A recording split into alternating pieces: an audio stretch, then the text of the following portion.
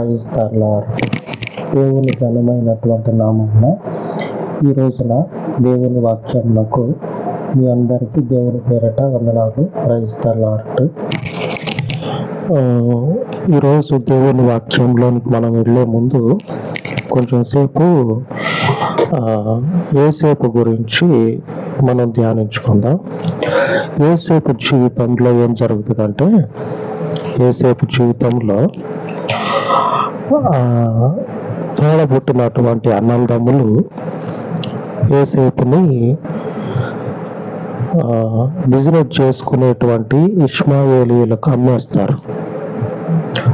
వ్యాపార నిమిత్తం బిజినెస్ చేసుకోవటానికి పోతూ ఉంటారు. ఆ పోయేటువంటి ఇష్మాయేలీయులకి ఈ అన్నదమ్ములు ఏం చేస్తారంటే అమ్మేస్తారు యోసేపుని. అమ్మేసిన తర్వాత యోసేపుని ఆ బిజినెస్ చేసుకునేటువంటి వాళ్ళు ఐగుప్తుకు తీసుకొని పోతారు. ఐగుప్తు దేశంలో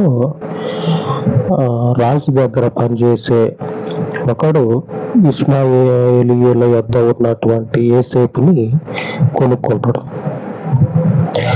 ఇంత జరుగుతుంది యోసేపు కళ్ళ ముందు ఇంత జరుగుతుంది.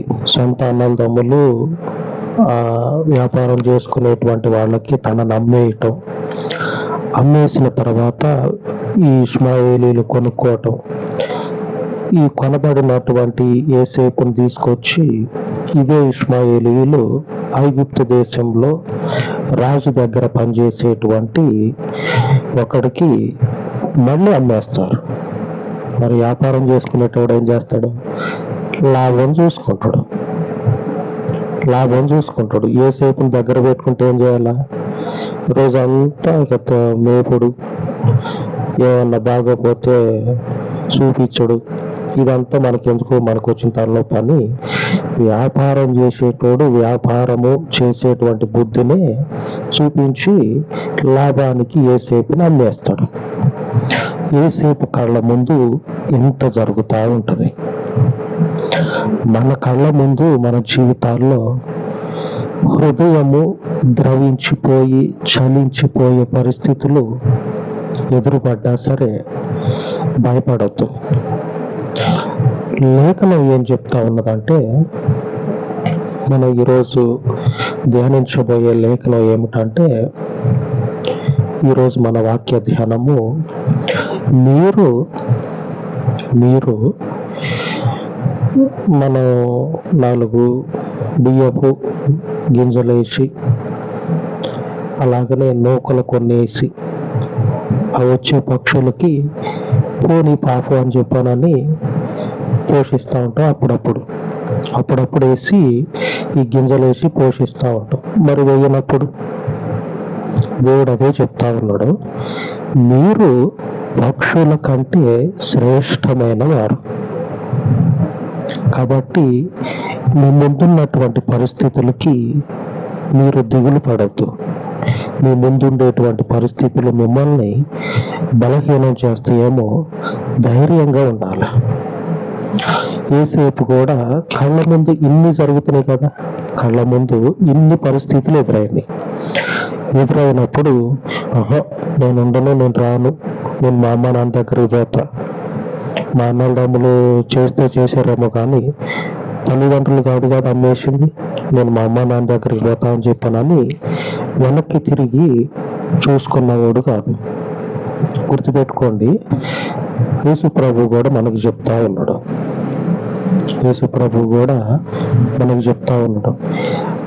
వ్యవసాయం చేసేటప్పుడు ఎవరైతే విత్తనం వేస్తారో ఆ పంట చేతికి వచ్చేదాకా అటువైపే చూస్తారు, కానీ పంట వేసిన తర్వాత ఆ పంటను అట్లాగనే మధ్యలో విడిచిపెట్టి వెళ్ళిపోడు. నాగల మీద చేపెట్టి వెనక్కి తిరిగి చూడొద్దు. యోసేపు విషయంలో అదే జరిగింది. ఆదికాండము 39వ అధ్యాయము 1వ వచనంలో రాయబడి ఉన్నది. యోసేపును ఐగుప్తునకు తీసుకొని వచ్చినప్పుడు ఫరో యొక్క ఉద్యోగస్తుడును రాజ సంరక్షక సేనాధిపతియునైన పోతీఫరను ఒక ఐగుప్తీయుడు అక్కడికి అతని తీసుకొని వచ్చిన ఇష్మాయేలీయుల యొద్ద అతని కొనెను.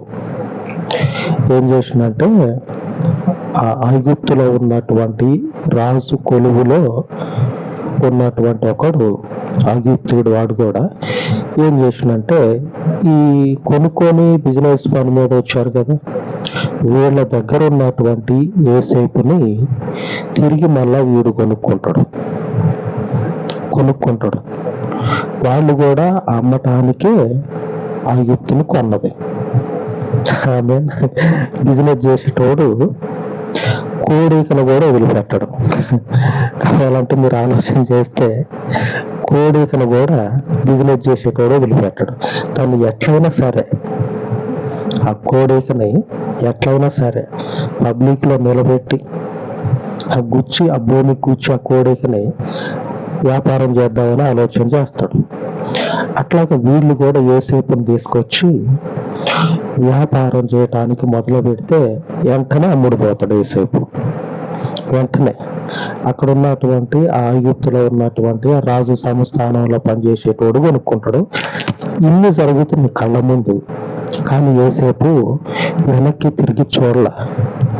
ఎందుకు చూడలేదంటే మనము అప్పుడప్పుడు పోషించేటువంటి పక్షులకి మించి దేవునికి విలువైనటువంటి వాళ్ళం దేవునికి. అందుకే యోసేపు ఏం చేసినంటే దేవుని మనుషుడు కదా, పరిస్థితులన్నిటినీ చూస్తా ఉన్నాడు. ఫుట్బాల్ కనుక ఎటు కొడితే అటు పోతుంది కదా, అట్లాగా వాళ్ళు అమ్ముకోవటం, అన్నదమ్ములు ఇష్మాయేలీలకు అమ్మటం, ఇష్మాయేలీలు తీసుకొచ్చి ఐగుప్తీయుడికి అమ్మటం, ఇట్లా జరుగుతుంది. ఎక్కడా కూడా యోసేపు కుదరదు, నేను మా ఊరికి మా ఇంటికి పోతా, మా అమ్మ నాయన గుర్తొస్తా ఉన్నారు నాకు, నేను మా ఊరికి పోతా అని చెప్పనని అన్నవాడు కాదు. జరగని పరిస్థితి ఏది జరిగినా సరే జరగని విలువైనటువంటి వాళ్ళం మనం దేవునికి, విలువైనటువంటి వాళ్ళం. ఎక్కడ కూడా మన వెంట్రుకల్లో ఒక్కటి కూడా రాలి కింద పడదు. ఏ పరిస్థితిలో కూడా దేవునికి శ్రేష్టమైనటువంటి వాళ్ళం. ఎలాగంటే ఈరోజు మన వాక్య ధ్యానాన్ని ఒకసారి ధ్యానించుకుందాం.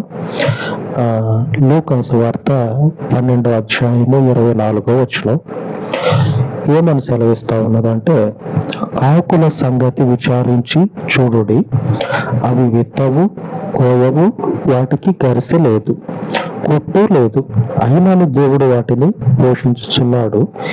మీరు పక్షుల కంటే ఎంతో శ్రేష్ఠులు. యేసు ప్రభు చెప్తా ఉన్నాడు, మనము పక్షుల కంటే ఎంతో శ్రేష్టమైనటువంటి వాళ్ళం.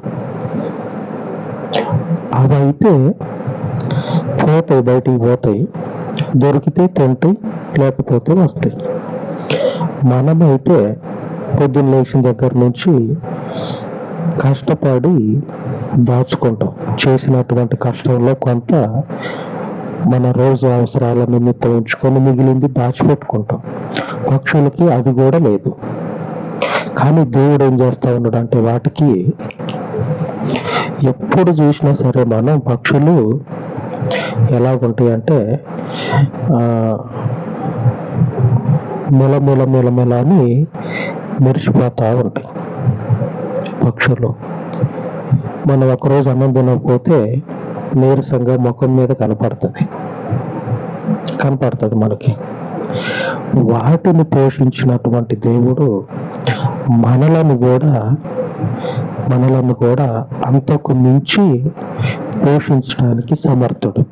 అందుకే చెప్తా ఉన్నాడు, వాటికంటే మీరు ఉన్నతమైనటువంటి వాళ్ళు దేవునికి.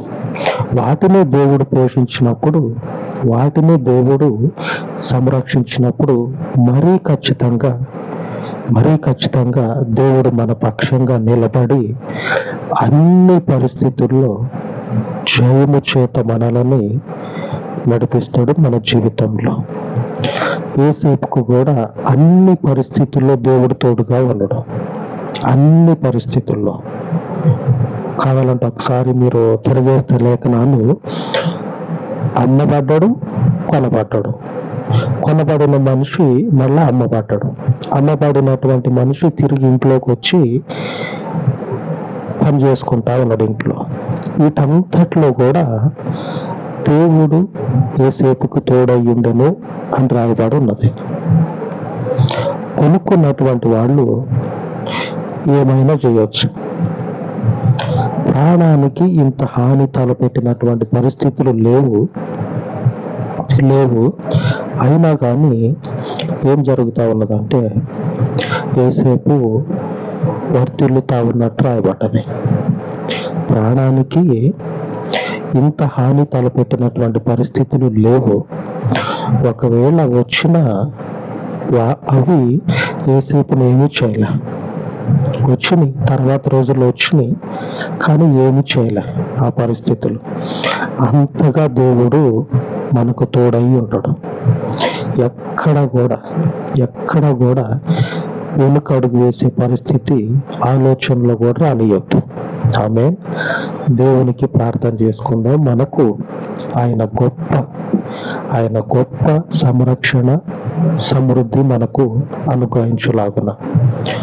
పరిశుద్ధుడైన తండ్రి, ఈ ఉదయ కాలమందు నీ పాదముల చెంతన ఆయన ప్రార్థిస్తూ ఉండగా, పక్షుల కంటే శ్రేష్టమైనటువంటి వారలము నీ లేఖనమును బట్టి యోసేపు నాకు పక్షుల కంటే శ్రేష్టమైనటువంటి స్థితిని నీవు అనుగ్రహించినావని లేఖనము యోసేపు జీవితము తెలియపరచుచు ఉండగా, ఈ ఉదయ కాలమందు నీ బిడ్డల జీవితాలలో, నీ స్వాస్థ్యమైనటువంటి నీ పరిశుద్ధుల జీవితాలలో ఉన్న ప్రతి బలహీనత యందు, ప్రతి లోకపు బలమును కూడా కొట్టివేసి నీ పరలోకపు శౌర్యమును నీ బిడ్డల జీవితాలలో కనపరిచి, శ్రేష్టమైనటువంటి వాక్యము నీ బిడ్డలకు అనుగ్రహించిన నీవు నమ్మదగిన దేవుడవు కనుక, పక్షులకు మించి నీ బిడ్డలకు తండ్రి శ్రేష్టమైనటువంటి కలిమిని, గొప్ప సమృద్ధిని, క్షేమమును నీ స్వాస్థ్యమైన మాకు అనుగ్రహించమని నీ పాదముల చెంత నీ ప్రియ బిడ్డల కొరకు, నీ పరిచర్య కొరకు తండ్రి ప్రార్థించి యేసు మహిమ కలిగిన నామమున వేడుకొనిచు ఉన్నాను తండ్రి. ఆమేన్. దేవుని శాశ్వత కాలపు కృప మనకు తోడై ఉండును గాక. ఆమేన్.